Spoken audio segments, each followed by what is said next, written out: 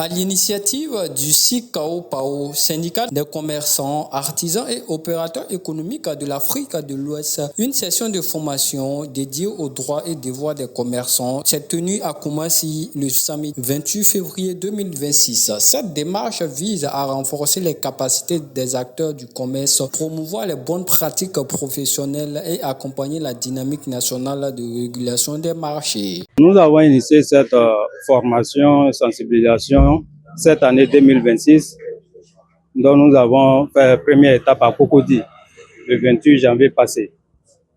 Aujourd'hui, nous sommes à Koumassi. Vous savez, quand le devoir est respecté, il faut rappeler souvent les droits. C'est important au niveau des commerçants.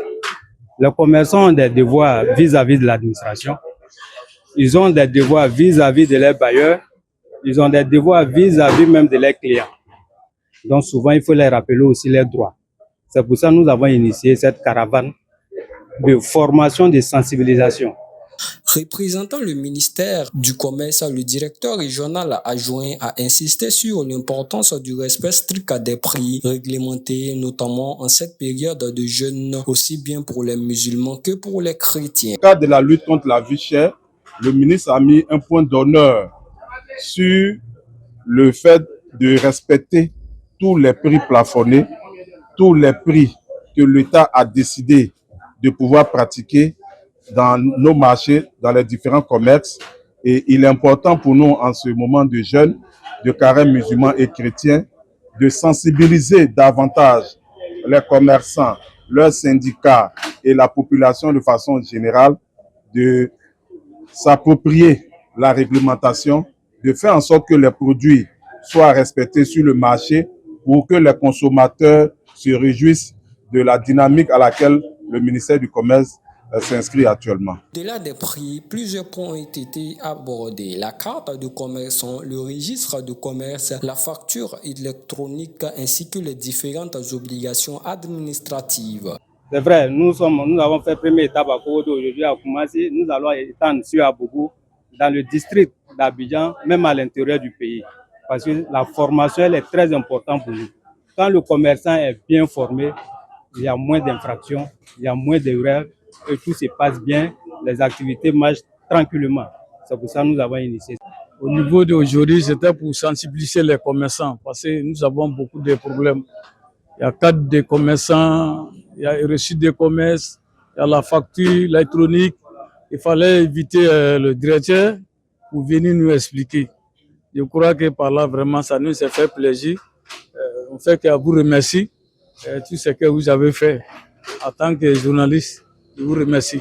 Les commerçants présents ont salué l'initiative. Pour beaucoup, cette formation vient combler un manque d'informations. Notre échange tout à l'heure avec le DG, vraiment, ça nous a permis de comprendre et de mieux s'orienter. On a beaucoup appris, on a posé nos questions, vraiment on est satisfait. On est satisfait que vraiment on va y remédier et puis on s'est dit que vraiment on est suivi et puis vraiment c'est ce qui nous manquait depuis. Avec l'information, vous verrez que vraiment tout le monde serait content, l'État, tout va marcher. Pour aujourd'hui, là, vraiment, c'est bien fait. Avec le nouveau directeur qui est venu là, pour venir automatiquement, pour venir chez nous ici, pour venir expliquer tout notre programme, vraiment, on est fiers de lui-même, on est trop content. C'est ça qui est bon. Il y a beaucoup de commerçants, il y a beaucoup de choses qu'il ne connaît pas. Tous les jours, nous on parle. Dans ce que nous on dit là, si les producteurs même viennent sur le terrain, je pense que ce qu'on a dit avec eux, ils vont prendre ça sérieux. Donc, sinon, cadre de commerce, on a pris, cadre de mutuelle, on a pris.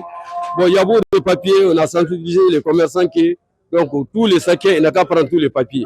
Bon, on ne peut pas faire commerce avec un pays si tu n'as pas de papiers. Si.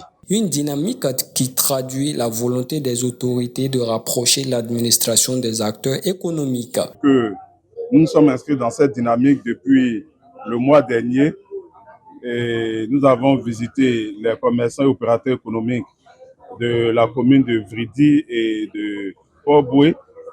Et nous sommes aujourd'hui à Koumassi pour expliquer la réglementation, pour expliquer les droits et devoirs des commerçants et expliquer encore davantage les pratiques anticoncurrentielles. Le message que nous pouvons lancer à tous les commerçants, c'est de leur dire qu'il faut qu'ils acceptent à se former.